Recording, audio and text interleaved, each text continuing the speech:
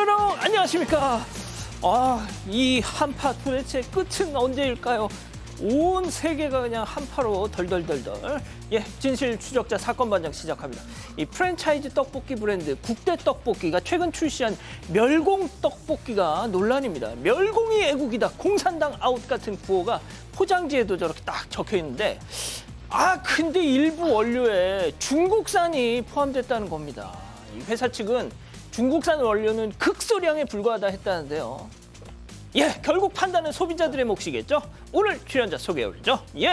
자, 김하은 아나운서, 박지은 변호사, 박상희 한국열린사이버대 교수, 양지열 변호사 나오셨습니다. 안녕하세요. 안녕하세요. 사진부터 달리겠습니다.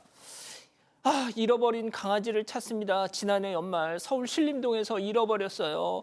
오른쪽 뒷다리를 절뚝이고요. 내장칩도 있습니다. 저 녀석 잘 좀 봐주시고 하단의 연락처로 꼭 좀 연락 주세요 하신 한희 언니님. 자, 웨딩 사진에 빨래 건조기 시트를 널어놓은 우리 아내. 괜찮은 걸까요? 다미 엄마, 김혜중 여사, 그래도 널 사랑한다 하신 김나무님. 어떤 아기 엄마가 아기 돌잔치 초대장에 쓸 사진이 없다면서 아기랑 같이 찍은 사진을 올렸더라고요. 그래서 제가 AI를 통해서 엄마와 아기가 한복을 곱게 차려입은 사진으로 뾰로롱 선물했습니다. AI도 얼마든지 따뜻할 수 있네요 하신 김가람님. 곱습니다. 자, 그리고 김승만님, 김채윤님, 김선아님 모두 사랑합니다. 재미는 물론 의리로 함께하는 아세사바 뉴스 최고! 대한민국과 전 세계 동포 가족 여러분의 시선을 모아서 출발합니다.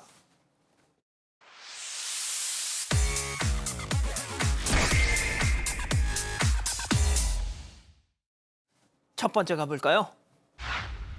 탈세 논란 후 부대 복귀입니다. 자, 200억 원대 소득세 추징금 통보를 받은 가수 겸 배우 차은우 씨. 이 파장이 점점 커지고 있더라고요. 자, 주말 사이 추가 내용이 더 나왔죠? 네, 새로 나온 내용들 정리해드리겠습니다. 200억 원대 탈세 의혹을 받는 차은우 씨, 서울국세청에서 차 씨가 모친의 법인을 통해 세금을 탈루한 의혹에 대해서 현재 조사를 하고 있는데요. 이 알려진 추징금 200억 원 중에 130억에서 140억 원은 미납된 본세, 또 나머지는 벌칙성 가산세로 추정이 됩니다. 그러니까 60억 원 이상이 고의로 세금을 탈루했을 때 추징되는 일종의 벌금이라는 건데요. 이런 상황에서 차은우 씨가 국내 5대 로펌 중 하나로 꼽히는 대형 로펌을 법률 대리인으로 선임해서 국세청의 과세 처분에 관한 법적인 절차를 준비 중이라는 소식이 전해졌습니다. 일단 차 씨의 소속사 측에서는 이에 대해서 아직 확인 불가하다는 입장을 내놨고요.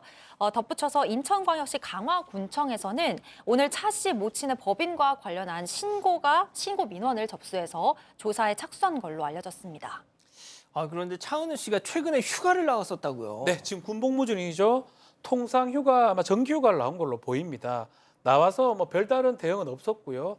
아마도 집에서 지내다가 그냥 개인적으로 있다가 복귀를 한 것으로 알려져 있고, 이제 문제는 결국은 모델료 같은 거거든요. 수많은 브랜드에 지금 광고를 했는데 일단은 몇몇 브랜드에서 영상이나 사진 등이 좀 삭제되는 정황이 보입니다. 이런 어떤 계약에서는 거의 유약벌 같은 거를 계약을 하는 경우가 많습니다. 많게는 뭐 2배, 3배까지. 그럼 자기가 받은 모델료의 위약벌로 내야 될 상황이기 때문에 지금 상황대로라면 수백억대 위약금을 물 가능성도 배제할 수 없는 그런 상황입니다. 계속 좀 지켜봐야겠습니다. 좋습니다. 다음 이어가죠. 곱창이 펑입니다. 자, 밥 먹다 벌어진 충격적인 상황, 제보 사진 만나보시죠.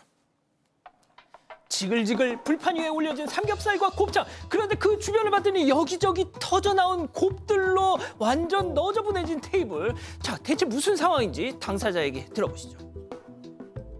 카트를 끌고 가려고 하는데 저한테 그러는 거야. 양쪽 끝을 실로 묶어서 구우세요. 끝을 묶어서 약한 불에다가 구워 드셔야 그 안에 있는 내용물이 안 빠져서 맛있습니다. 이러는 거야. 집에 와서 그렇게 구웠죠. 자르자마자 그 순간 팍 튀어버린 거야. 제 얼굴 쪽으로. 얼굴이 이제 완전히 막 빨갛게 달아오르고. 그 뜨거운 곱이 펑 터져가지고 저렇게 화상을 입으신 거예요? 네, 이건 정말 사고입니다. 대전 대덕구에 거주하는 제보자가 겪은 사고인데요. 지난 17일에 동네 마트 정류 코너에서 삼겹살이랑 곱창 한 팩을 구입했다고 해요. 그런데 제보자가 고기를 사서 나오려고 하는데 직원이 곱창 속 곱이 빠지면 맛이 없다면서 양 끝을 실로 묶어서 구우라고 조언을 하셨다고 해요. 집에 돌아온 제보자가 이 직원의 말대로 곱창의 양 끝을 묶어서 불판에 조리를 했는데 곱창을 자르는데 내부 압력 때문에 곱창이 갑자기 폭발한 겁니다. 저런 식으로 지금 이건 예. AI 재현 영상입니다. 저런 식으로 터졌어요. 이 세상에. 터진 곱에 얼굴 전체를 맞은 제보자 바로 오. 응급실로 이동을 했고요.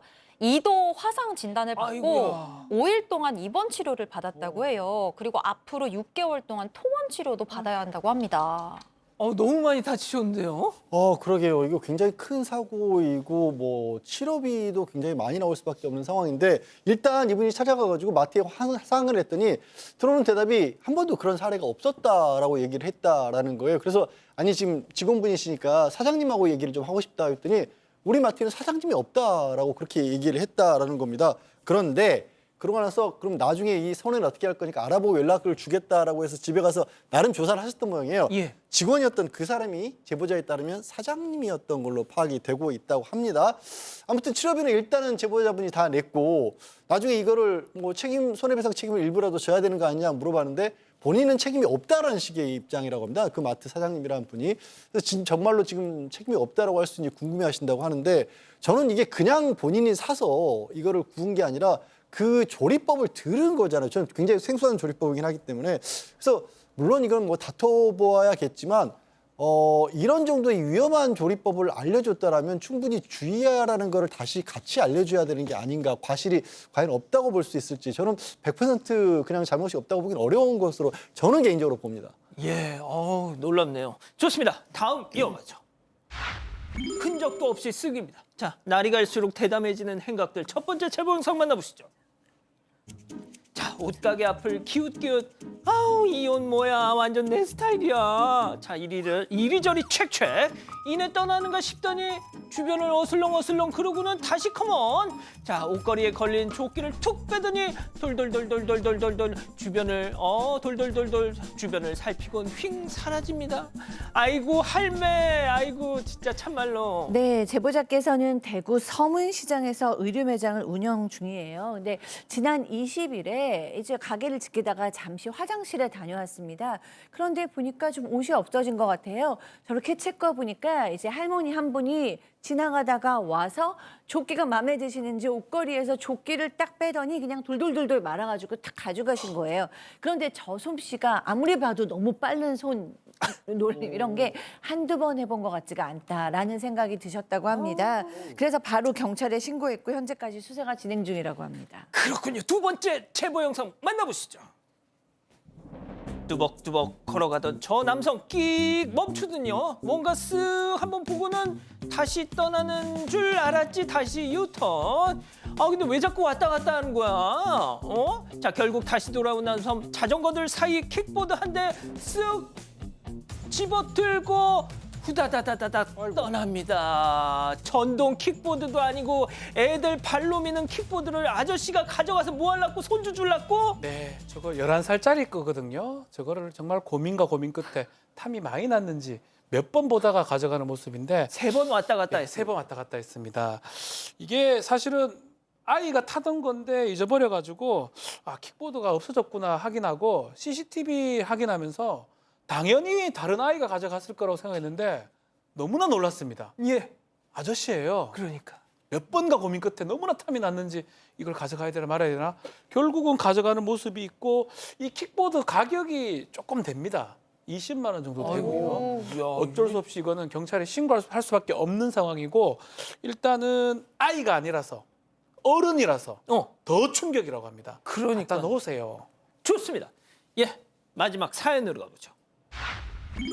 일주일 뒤에 출게. 자, 집단 지성의 판단을 받아보고 싶으시다면서 제보해 주신 사연 함께 들어보시죠. 안녕하세요. 저는 평범한 50대 여성입니다. 제게는 30년 넘도록 친하게 지내는 친구들 5명이 있는데요. 성인이 되어서도 꾸준히 연락하고 모임을 가지고 있어요. 그러다 1년 전 한 친구가 급히 할 얘기가 있다며 저를 찾아왔습니다. 친구는 동생 사업이 어려워져서 도와줄 돈이 필요하다며 제게 100만 원을 빌려갔는데요. 그런데 일주일 뒤에 주겠다던 친구가 일주일, 한 달, 6개월이 돼도 돈을 갚지 않는 거예요. 그러면서 친구들 모임에 참석해서는 뭐 미안하다는 말 한마디도 하질 않더라고요.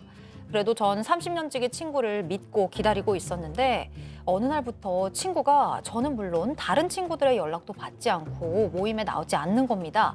심지어 친구들과 매달 모으던 모임 회비 100만 원도 가지고 사라진 거예요. 그러다 하루는 그 친구 없이 친구들끼리 만나게 됐는데요. 얘들아, 다들 오랜만이다. 그런데 지열이는 역시 안 왔네. 금방 그거 내 연락도 안 받고 많이 힘든 것 같은데. 근데 얘들아, 나 사실 지열이한테 100만 원 빌려줬어. 아, 동생이 너무 급하다고 꼭 도와줘야 된다 그러더라고. 뭐라고? 저번에 형제한테도 빌려갔다 하던데. 동생 사업 때문 아닌 것 같고 다른 사정 있는 거 아이가? 진짜? 동생 사정이 아니야? 아니 뭐 연락할 수 있는 방법 없을까? 아이, 사연이 있겠지. 우리가 30년만 봐온 지열인데 그럴 래 아니다. 믿고 한번 기다려 볼까? 아니, 사실 저는 뭐 돈을 빌려준 입장이기도 하고 그래서 늦게 갚아도 좋으니까 차라리 좀 연락이라도 됐으면 좋겠는데 친구들은 그저 한없이 믿고 기다려보자며 좋은 얘기만 하니까 답답하기도 합니다. 30년 지기 친구한테 제가 너무 야박한 건가요? 자, 기다리고 기다리셨던 부처 핸즈타임 6천여 분의 우리 가족 여러분들 채팅창에 OX로 함께 참여해 보시죠. 먼저 사연자입니다. 아이고 아주 그냥 보살님 나셨네. 야 박지훈 뭘 기다리길. 네 돈 아니라고 쉽게 말하지 마. 100만 원 웃음니? 지열이게 잠수 탔어. 돌아올 인간이면 니들 연락은 받아야지 동그라미. 좋습니다. 다음 다른 친구들이에요. 야 상희야, 요즘 세상에 100만 원이 돈이냐? 진짜 사고를 칠 거였으면 최소 1000단위는 갖고 튀었겠지. 30년 찐우정이다 너. 당장이야 지도 면목 없으니까 좀 그러겠지. 어이구 좀 기다려 X. 야, 일단 양 변호사님. 일단 저는 돈 갖고 튀는 사람 아니고요. 저는 사실 이건 옳고 그름의 문제는 아니라고 봅니다. 그런데 저도 이렇게 사회생활하면서 겪어보니까 그렇게 좀 나뉘더라고요. 어떤 분들은 조금만 잘못을 해도 그게 정말 미안해서 민망해서 죄송하고 부끄러워서 연락을 못하고 안 하는 사람들이 있고요. 그다음에 조금만 잘못했거나 아니면 큰 피해를 있었더라도 그러면 먼저 연락해서 내가 이번에 정말 잘못했는데 어떻게든 내가 갚아 나가겠다 뭐 이렇게 좀 나뉘는 건데 진짜 100만 원이라는 돈이 처음부터 작정하고 떼먹으려고 시작한 것 같지는 않거든요. 이 사연자분이 화를 내셔도 그것도 정당한 거지만 또 이게 그럴 만큼 진짜 뭐라고 해야 될까 그 사람 자체가 나쁜 사람이라고 보기는 어려운 점도 있다는 것도 생각해 주시면 좋겠습니다. 그렇군요 교수님. 네, 저는 동생 문제는 아닐 것 같고요. 뭔가 개인적으로 본인한테 돈에 대한 어려움이 있을 것 같아요. 그래서 솔직히 얘기하면 못 받을 가능성도 크다라는 생각이 들어요. 그리고 개똥까지 지금 말하자면 개똥까지 옛날 표현대로 이제 가지고 간 건데 어려움이 있지만 이제 친구들한테는 얘기를 못한 상태로 소위 이제 잠수를 탄 상황 같아요. 근데 100만 원이 작은 돈이 아니기 때문에 저도 만약에 친한 친구가 아니면 어떻게든지 수소문해 보거나 궁금해하거나 할 것 같은데 여기는 이제 30년 친구다 보니까 그 친구가 얼마나 어려웠으면 그랬을까라는 생각이 들고 사실 이 친구들이면 100만 원 정도는 이해해 줘야 될 것 같다는 생각이 착한 척을 예. 박 죄송합니다. 변호사님 네. 100만 원 이해해 줘야 됩니까? 글쎄요, 저는 곱하기 100 정도 될 것 같거든요. 온데 다 빌렸을까요? 통상 제 경험상으로 이렇게 100이면 그 100으로 끝날 것 같으면 이렇게 피하거나 숨지 않습니다. 더 많다고 봐야 될 것 같고 다른 피해자를 막기 위해서라도 좀 100이 다하면 모르겠지만 다가 아니라서 매우 높기 때문에 아마 큰일 날 상황으로 보이고 저는 충분히 문제 제기해도 된다. 뭐 받는 거 못 받고는 떠나가지고 지금 상황은 사실 더 피해가 또 발생할 수도 있지 않겠습니까? 혹시 박 변호사님도 비슷한 경험이 있으신가요? 많아요.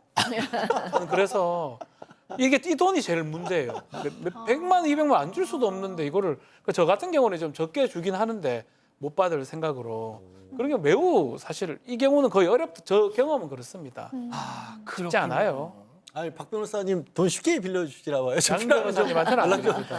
연락 좀 드려요. 그런데 친구들이 지열이는 그럴 사람이 아니다. 우리가 아는 지열이는 그런 애가 아니니까 믿고 기다려보자라고 이야기를 했잖아요. 그럼 친구를 믿어줘야 되는 거 아니에요? 딴 사람한테 하잖아요. 그러니까 뭐 믿는 거하고 만약에 그래서 돌아오면 다행인 거고 지금은 아닌 것 같아요.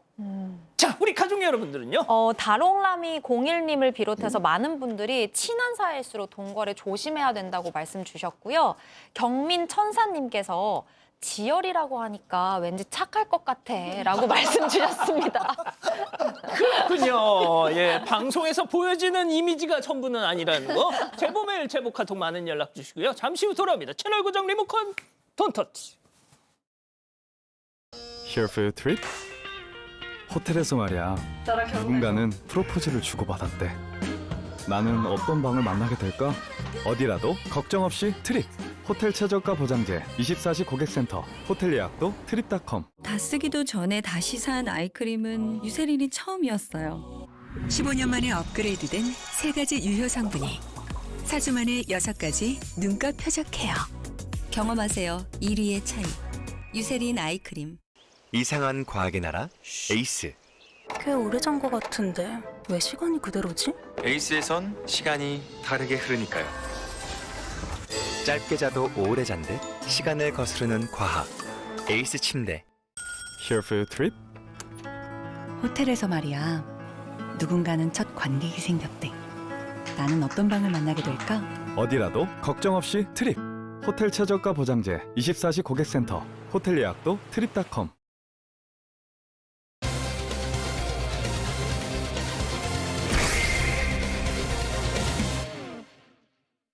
한 어린이집 교직원 화장실에서 불법 카메라가 발견됐다는 제보가 들어왔습니다. 원장 부부가 경찰에 신고를 만료하며 카메라를 가져갔는데 원장 남편이 범인이었다는 주장입니다. 어떻게 된 일인지 알아봅니다. 이 한 어린이집에서 있었던 아주 또 끔찍하고 충격적인 사건, 제보가 들어왔습니다. 자, 교수님 좀 설명 좀 해주시죠. 네, 제보자께서는 경기 용인의 한 어린이집의 교사입니다. 저번 달에 좀 큰일이 있었어요. 뭐냐면 어린이집 교사 중에 한 분이 화장실에 갔다가 화장실에서 불법 카메라를 발견을 한 겁니다. 맨 처음에는 이제 변기에 앉았는데 무슨 소리가 물에 탁 들어가는 찰랑 소리가 들렸어요. 그래서 자세히 봤더니 초소형 카메라가 변기에 빠져 있었습니다. 그래서 꺼내서 보니까 변기는 바디캠에 사용하는 기종이었고요. 카메라에서 옷에 고정하는 클립을 떼어낸 뒤 양쪽을 자르고 그다음에 렌즈를 분리해서 자유롭게 위치를 좀 바꿀 수 있도록 변형되어 있었대요. 그리고 양면 테이프가 붙여져 있었다고 합니다. 자, 이게 어린이집 교직원 화장실에서 여자 화장실이겠죠. 자, 불법 촬영이 이루어졌는지 아니면 이루어지기 전에 발견을 한 건지 자, 어떻게 된 겁니까? 일단 아직은 알 수가 없는데 그거를 발견하고 나서 원장님을 찾았는데 원장님이 마침 자리에 없었고요.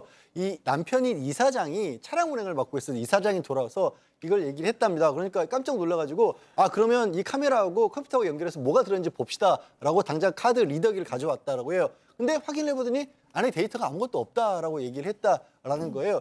그래서 어떻게 된 건지 좀 다 알아보겠다라고 했었을 때 교사들이 이제 카메라를 맡기고 퇴근을 했고 퇴근할 때 보니까 이 이사장이 혹시 누구 출입한 사람 오는지 CCTV를 열심히 막 땀을 뻘뻘 흘리면서 찾아보고 있었답니다.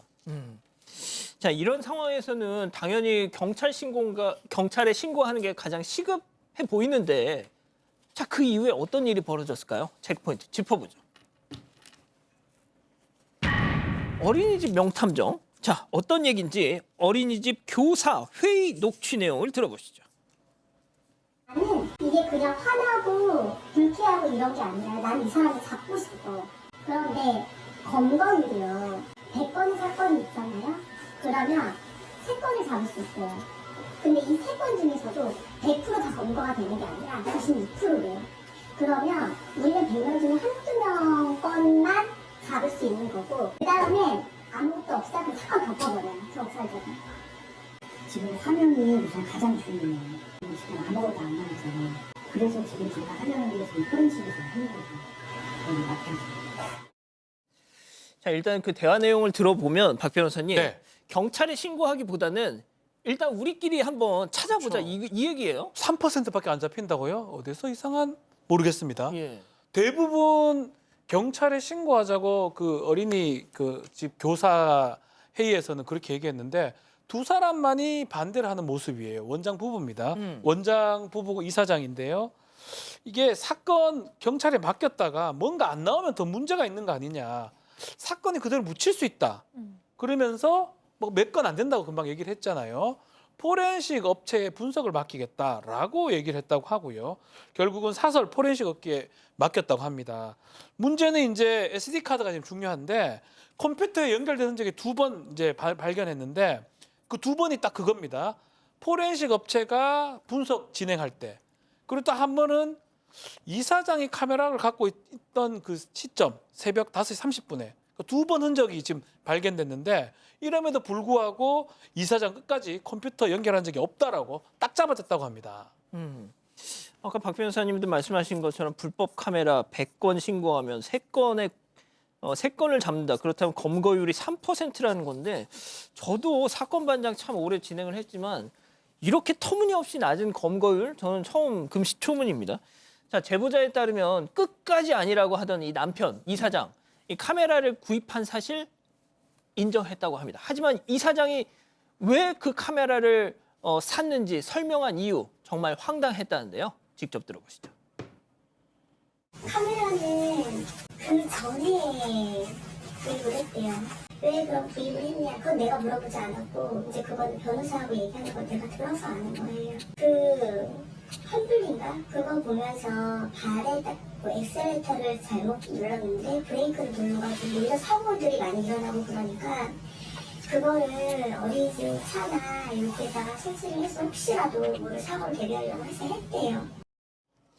아, 또 한분리가 나옵니다. 네, 그렇죠. 아니, 그렇게 무슨 얘기인지 알겠어요. 그러니까 뭐 아마 이 페달 쪽, 이 브레이크나 이런 쪽에 있는 카메라 그쪽에다 이제 뭐 블랙박스를 설치할 용도. 그래서 혹여 나중에 뭐 뭐죠? 급발진이요. 급발진 사고 같은 걸 이제 규명하기 위한 그런 용도인 것 같은데, 아, 이러면 차에서 나와야지 왜 여자 화장실에서 나와? 그래서 되게 황당한 소리예요. 그러니까 원장 설명에 따르면 이 이사장이 저희 JTBC 프로그램 한벌리를 보고 요즘 브레이크 사고가 많이 난다는 사실을 알게 된 거예요. 그래서 브레이크 고장 이슈가 났을 때 그렇게 급발진일 경우를 대비해서 어린이집 차량을 운행할 때 페달을 촬영하려고 카메라를 구입했는데 호기심에 그걸 화장실에 설치를 했다라는 겁니다. 교사들은 이사장이 이실직고하기 전까지만 해도 뭐 특별활동 강사나 거래처 사람들이나 이렇게 외부인들도 해당 화장실을 쓰는 경우가 있으니까 범인은 당연히 외부인일 거다라고 생각을 했는데, 이 사실을 알고 정말 황당하고 충격적이었다고 합니다. 자, 이후 이사장, 교사 단체 대화방에 많은 고민을 해봤지만 감당할 수 없을 것 같습니다. 모든 걸 떠안겠습니다. 원장님이 더 이상 힘들어하지 않게 해주시길 부탁드립니다. 라면서 마지막을 암시하는 듯한 발언을 했다고 해요. 자, 그리고 나서 원장이 교사들에게 이렇게 전합니다. 이사장이 이 해당 메시지를 남기고 잠적했다가 이후에 응급실에서 발견됐다. 이렇게 전했습니다. 뭘 참. 자, 교수님, 일단 네. 지금 이 일이 벌어진 지 한 달 반이 지났다는데 지금은 어떻습니까, 그럼? 네, 지금은 일단은 그 이사장은 어린이집에 출근하지를 않는다고 하고요. 원장은 계속해서 책임을 지겠다라는 말을 하고 있대요. 그런데 이제 이 사실이 학부모들에게도 당연히 알려진 겁니다. 그랬더니 어떤 분들은 아이들을 이제 최소시키기도 했어요. 또 어떤 분들은 2월 말까지는 아이들을 다니게 하겠다. 그래서 어린이집에 보내고 있습니다. 그러니까 피해 교사들도 책임감을 가지고 출근하게 되는 거죠. 그런데 얼마 전 교사들이 이 일을 한 언론사에 제보를 했어요. 그 후에 원장의 태도가 급변했는데, 이 원장은 이렇게 얘기했다고 합니다. 어린이집을 휴원하게 됐으니까 교사 수를 줄여야 한다. 그러니까 알아서 그만둘 사람과 출근할 사람을 정하라라고 얘기를 했대요. 그래서 이제 교사분들 중에 몇 분이 그럼 우리 급여는 어떻게 되는 거냐라고 질문을 했는데, 거기에 대해서 원장은 이런 거 다 생각한 거 제보한 거 아니냐라고 얘기했다고 합니다. 아니, 그러면 잘릴 거 각오하고 제보했어? 니들도 잘릴 거 각오하고 제보한 거 아니야? 이런 얘기 아니에요, 지금? 그런 얘기로 들릴 수밖에 없어요. 교사들 굉장히 답답하고, 일단 경찰의 수사에서 확실하게 어떤 문제가 있으니까 좀 드러나야 되는데 압수수색을 하긴 했답니다. 그런데 그때 이미 카메라하고 이 휴대전화를 다 버린 상태였대요. 지금 경찰 조사에서는 피해 교사가 한 6명 정도 나오는데 저도 이게 이 확인이 된 사람이 6명이라는 거지 어떤 부분의 피해인지까지는 아직 명확하게 알려지지가 않았고요. 그리고 휴대전화를 내라고 하니까 이미 카메라하고 휴대전화 버렸잖아요. 제보자 주장으로는 이 사장이 공기계를 집에 있던 걸 줬다라고 합니다. 그러니까 이걸 가지고 뭘 밝혀낼 수 있겠느냐라는 것이고 컴퓨터를 가져가긴 했다고 하니까 아직까지는 좀 불안한 상황이라고 합니다. 이 피해를 주장하는 교사님들 입장에서는. 일단 교사분들은 자녀까지 있는데 이런 일을 벌였던 게 너무 충격적이고 하고 이 평생 직장으로 생각하시던 입장에서 굉장히 배신감을 느끼고 있다. 이렇게 말씀을 하고 계십니다. 예, 첫 번째 사건 이렇게 정리하고요. 두 번째 이어갑니다.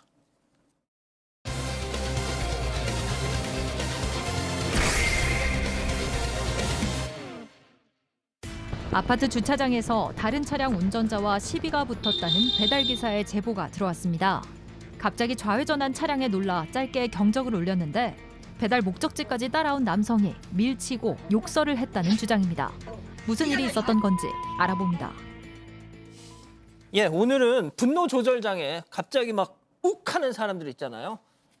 두 건의 이 제보 사건을 좀 전해드릴 텐데 먼저 첫 번째 지난주에 말이죠. 한 아파트 음식을 배달을 하러 갔다가 지하 주차장에서 봉변을 당했다는 배달 기사님의 제보네요. 네. 오토바이 배달하는 30대 남성인데요. 한 12년, 13년 차 지금 배달업에 종사하고 있었고 지난 19일 오후에 배달하러 갔다가 지하 주차장에 들어갔었는데 이런 일을 겪었습니다. 가고 있는데 오른편에서 차가 나오는데 아마 뭐 차량 사이에서 제대로 보지 못하고 내려가다가 지하 주차장에서 차량을 보고 깜짝 놀라서 빵 하고 경적을 가고 있는데 갑자기 상황이죠. 오. 빵 하고 경적을 울렸습니다. 뭐 이런 상황이기 때문에 다행히 부딪히지 않고 이렇게 피해서 잠깐 멈췄다가 갔는데요. 뒤에서 운전자가 뭔가 창문을 열고 소리치는 게 뭐 들렸다고 해요. 그렇지만 제보자 배달 기사는 그냥 갈 길을 갔다고 합니다.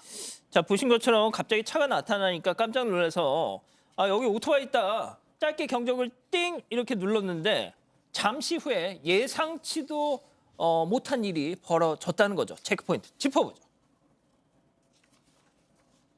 뭘 쳐다봐? 자, 바디캠에 촬영된 당시 영상 만나보시죠. 가는데 저한테 빵 하더라고요. 선생이 서가지고 나를 계속 빨리 쳐다보는 거예요. 기분이 나쁘잖아요. 근데 따라왔죠. 내려오는데 갑자기 나한테 욕을 하는 거예요. 그러더니 내가 이렇게 가니까 팔꿈치가 이렇게 미는 거야. 그러더니 지가 맞았대. 아저씨. 뭐야? 물 쳐봐. 너 써? 내가 언제 쳤어? 네가 여기까지? 불러 뭘 쳐다보냐고. 네, 여기 아파트에서 지금 뭐 제가 클락스 한 번 했다고 지금 와서 욕하고 저 밀고 지금 때리거든요. 네, 여기 아저씨 지금 계속 욕하는 거 들리시죠? 네, 계속 욕하고 있거든요. 너 왜 야려? 내가 너 따라 왜 야려? 너 가서 쳤네. 야, 쳤네? 팔꿈치를 쳤는데? 니는 뭐 새끼야 주제 말이 많아. 요즘에 진짜 저러면 안 됩니다. 이 배달 기사님들 대부분이 다 바디캠을 달고 있어서 이거 딱 걸립니다. 자, 교수님. 네. 그러니까 앞서 그 차량 운전자가 경찰 앞에서 뭔가 되게 억울해하던 그 내용과 네. 실제 바디캠에 담긴 영상의 상황이 좀 달랐다는 거죠. 많이 다르네요. 저도 맨 처음에 얘기만 들었을 때는 이분이 좀 억울한 일을 당했나 보다라고 생각을 했거든요. 아마 바디캠이 있다는 걸 모르셨나 봐요. 근데 바디캠에 나온 내용은 지금 완전히 좀 다른 내용이잖아요. 먼저 이제 제보자께서 이제 오토바이 운전자께서는 목적지에 도착해서 오토바이에서 내렸는데 조금 전에 그 마주쳤던 차량 운전자가 따라왔어요. 그러더니 차에서 내려서 다짜고짜 이제 반말하면서 어이 아저씨 뭘 쳐다봐 이렇게 하면서 이제 시비를 걸기 시작했잖아요. 저희가 봤잖아요. 그러니까 이제 맨 처음에 경적을 울리길래 이 제보자께서 잠시 이제 쳐다본 건데 그거를 기분 나빴다고 와가지고 뭐 먼저 팔꿈치로 쳤고 먼저 욕을 했고 막 이렇게 얘기를 하는 거예요. 근데 이 제보자께서는 그 차가 깜빡이도 안 켜고 훅 튀어나와서 브레이크를 잡았고 놀라서 경적을 그냥 한번 울린 것뿐이 없다. 그리고 이제 한 번 딱 쳐다보고 아무 말도 안 하고 그냥 갔는데 와가지고 시비를 걸었다라고 얘기를 하고 경찰 앞에서는 마치 제보자가 먼저 욕하고 팔꿈치로 밀었다는 식으로 쌍방폭행을 주장해서 너무 황당했다고 하셨습니다. 자, 쌍방폭행을 주장했어요. 그런데 다음 날엔 또 미안하다, 사과하고 싶다, 뭐 그렇게 또 뜻을 전했답니다. 예, 경찰을 통해서 그렇게 전해왔다라고 합니다. 하지만 합의하고 싶은 생각이 없고 처벌해달라고 경찰에 밝혔대요. 또 심지어 출동한 경찰이 드는 데서 그 앞에서 계속해서 욕을 했지 않습니까? 그러면 이런 사람이면 다른 사람 앞에서도 충분히 그럴 수 있을 것 같아서 다시는 못 그러도록 좀 제대로 처벌을 받도록 하고 싶다라고 그렇게 이제 경찰의 입장을 밝히긴 했는데 이 지금 제보해 주신 분 입장에서는 아니 먼저 지금 제보자 자기를 이렇게 밀친 거는 분명히 폭행으로 신고를 했는데 이렇게 쫓아오고 이런 거는 처벌이 안 되냐라고 물어봤는데 보복운전은 어렵다라고 했다라고 경찰이 답을 했고요. 실제로 보복운전이라고 하는 게 막 들이받을 것처럼 이렇게 했다거나 아니면 앞을 가로막는다거나 이런 일들이 있었던 건 아니잖아요. 그래서 저희가 보기에도 보복운전까지는 어려워 보이고요. 저쪽에서 뭐 쌍방폭행이라고 얘기했지만 바디캠이 있기 때문에 증거가 명백해서 그런 거는 걱정 안 하셔도 될 것 같고 어쩌면 경찰분도 다른 사람이기 때문에 경찰이 듣는 앞에서까지도 욕설을 퍼부은 부분은 추가로 모욕죄 가능성도 있어 보이긴 합니다. 예. 다른 건 모르겠는데 제가 뭐 저희가 이제 그 비품 처리를 했지만 그 배달 기사들 이 폄훼 막 해서 쓰는 표현 있잖아요. 이 배달을 거꾸로 해서 표현하는 거. 그 얘기가 들렸습니다. 그런 얘기는 좀 하지 마세요, 좀. 예?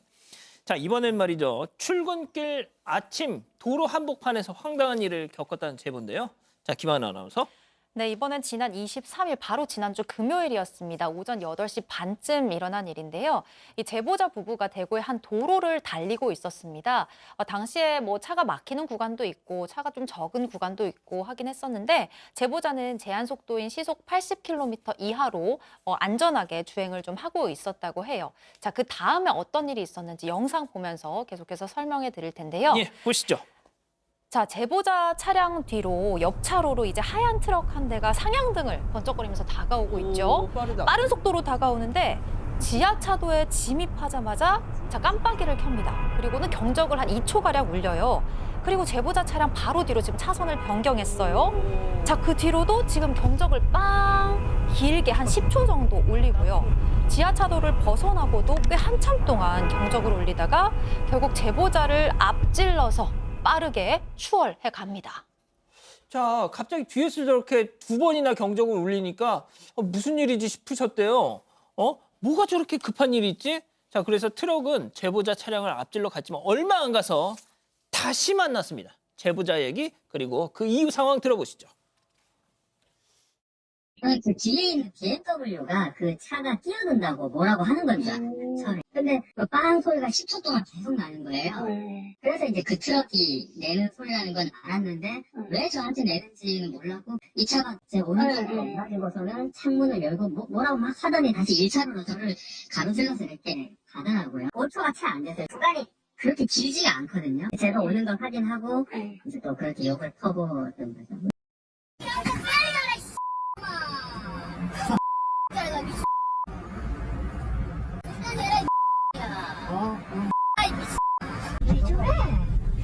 우리가 뭐 잘못했는데.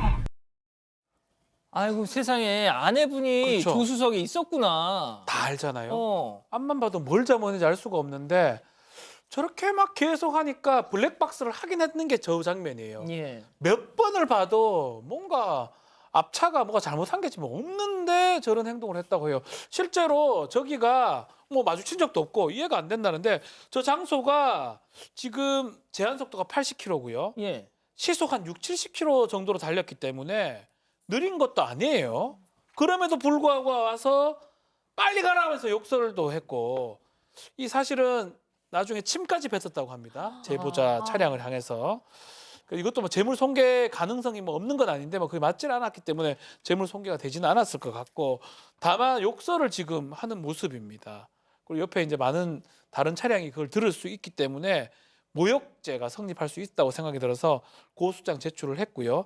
또 난폭 운전 혐의도 아마 될 것 같고 도로교통 위반이겠죠. 거기에다가 뭐 만약에 이제 저 내용은 정확히 안 나오는데 어떻게 해버리겠다 하면 협박죄 같은 거 될 수도 있습니다. 아이고. 만약에 이제 지금 저 영상이 정확하게 나오지 않지만 트럭으로 막 이렇게 박으려고 했다. 이러면 특수협박 같은 거 될 수 있습니다. 트럭이 위험한 물건이 될 수가 있거든요. 그런 것들을 좀 고려하셔가지고 좀 블랙박스 다시 확인해서 법적 책임을 좀 묻는 것도 필요할 것 같습니다. 자, 양 변호사님, 저도 이제 이 영상을 한 몇 번을 돌려봤어요. 왜? 이유를 몰라가지고.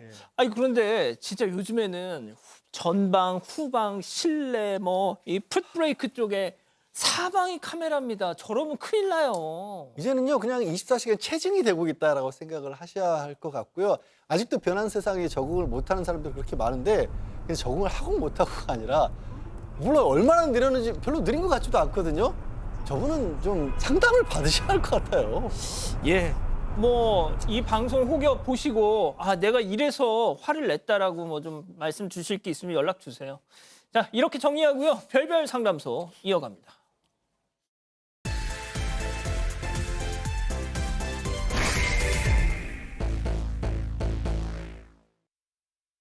아, 오늘은 단 한순간에 님에서 남이 돼버렸다는 사반 가족분의 제보네요, 교수님. 네, 제보자는 중년의 여성입니다.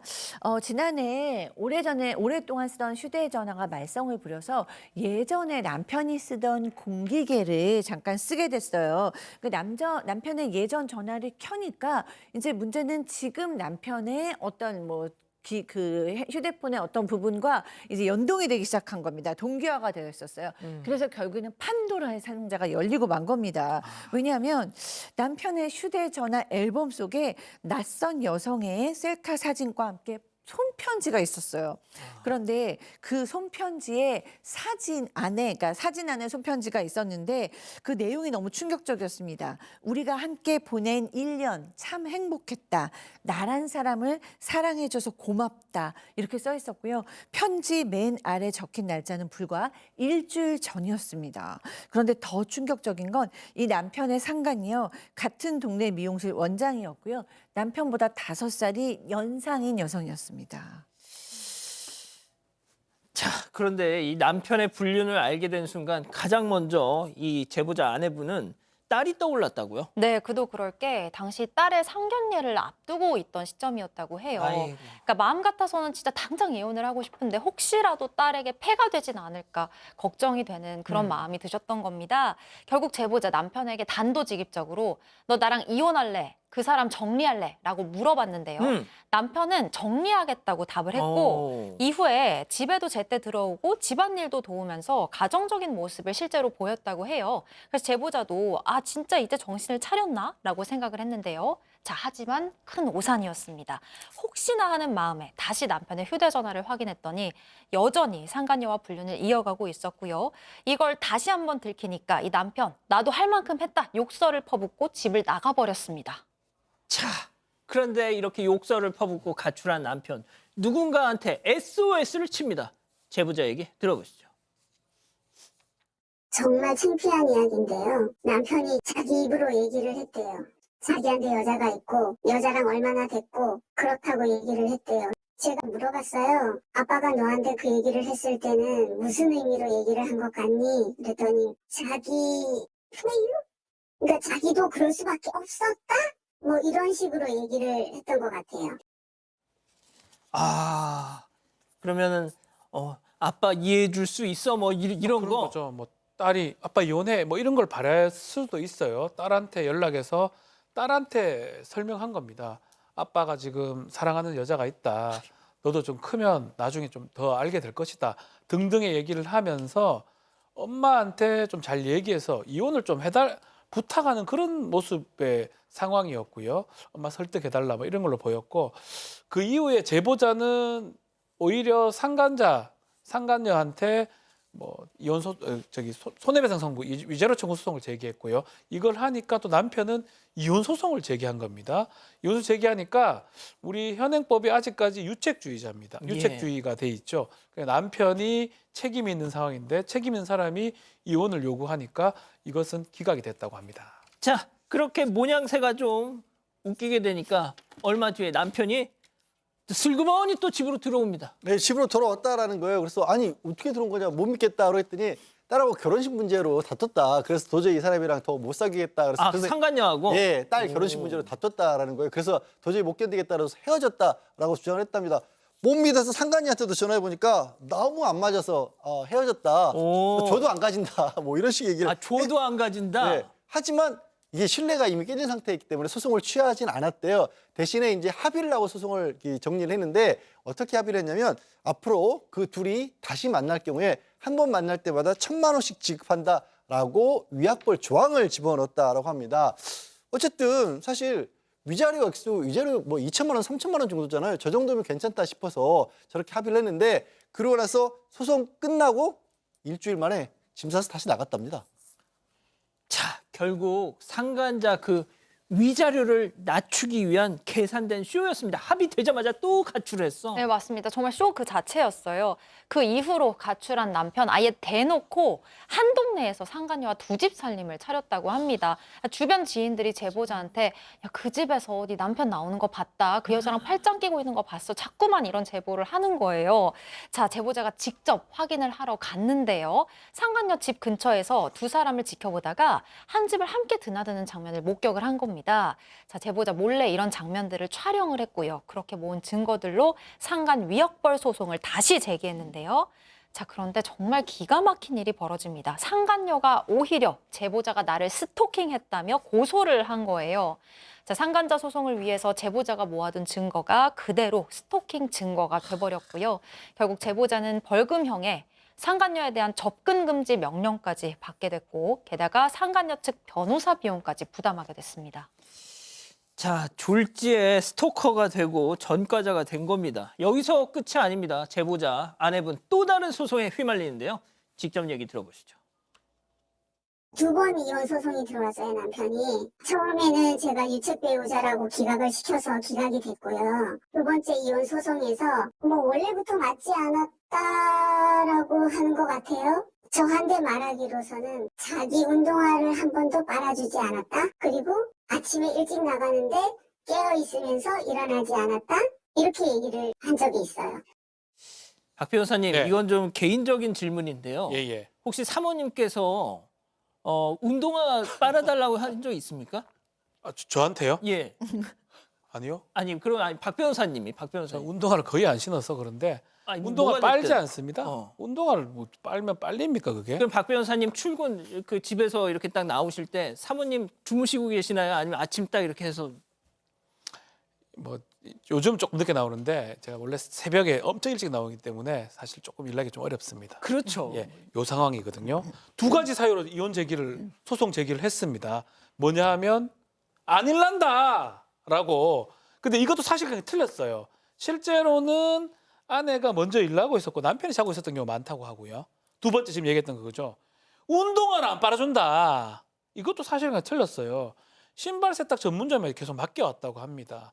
두 가지 말도 안 되는 이유로 이혼 소송을 제기했고요. 이게 뭐 받아들여질 가능성이 낮겠죠. 근데 그럼에도 불구하고 정작 제보자가 접근 금지 명령을 받은 상황입니다. 그래서 그 상간녀하고 남편 근처에 얼씬도 못하는 상황이라고 합니다. 양 변호사님 진짜 세상에 운동화 안 빨아줬다고 이게 뭔 소리입니까 도대체. 이혼 소송을 하다 보면 정말 억지 주장들을 하는 경우가 참 많이 있어요. 그리고 지금 이제 이게 사실 이제 예전과 달리 제가 뭐 소송을 준비하는 과정에서도 휴대전화를 들여다본다거나 아니면 심부름센터 같은 데서 이렇게 맡겨서 쫓아다니게 한다거나 이런 것들이 다 역으로 공격할 수 있는 빌미를 준다고 말씀을 드리거든요. 이 사안만 해도 그런 이웃들의 증언이 있었잖아요. 그런 것들이 이제 사실상의 불륜의 증거가 될 수 있고요.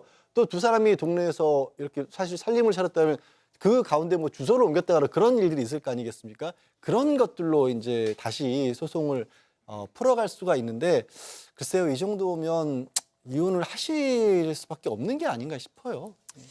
자, 교수님이 정리를 좀 해주시죠. 네, 저는 뭐 이제 정리를 떠나서 같은 여자로 이거를 그럼 어쩌라는 건가라는 그러니까요. 생각이 들거든요. 맞죠. 내 남편이 이혼도 안 한 상태에서 상간녀랑 우리 동네에서 집을 얻어서 사는데 그 사진을 찍었다고 스토커라고 해버리면 도대체 이 법이라는 건 상식도 감정도 도덕도 아무 상관이 없나라는 생각이 들어서 아주 제가 화병 날 것 같은 사연이었습니다. 뭐 운동화 아침 이런 걸로 이혼을 제기하고 딸한테까지 본인의 그 불륜 사실을 얘기하고 이 상간녀는 또 아내를 상대로 스토킹 고소를 하고 정말 오늘 이 사연자 너무 안타깝고요. 어떻게 해서더라도 이 모든 좀 이런 그 억울한 상황에서 좀 벗어나시고 본인을 회복하실 수 있는 방법을 찾으셨으면 좋겠습니다. 답답합니다. 지금 우리 가족 여러분들도 채팅창에서 진짜 이 법이 왜 이러냐고 다들 이구동성으로 입을 모으시네요. 자, 별별 상담소 이렇게 정리하고요. 글로벌 픽 이어갑니다.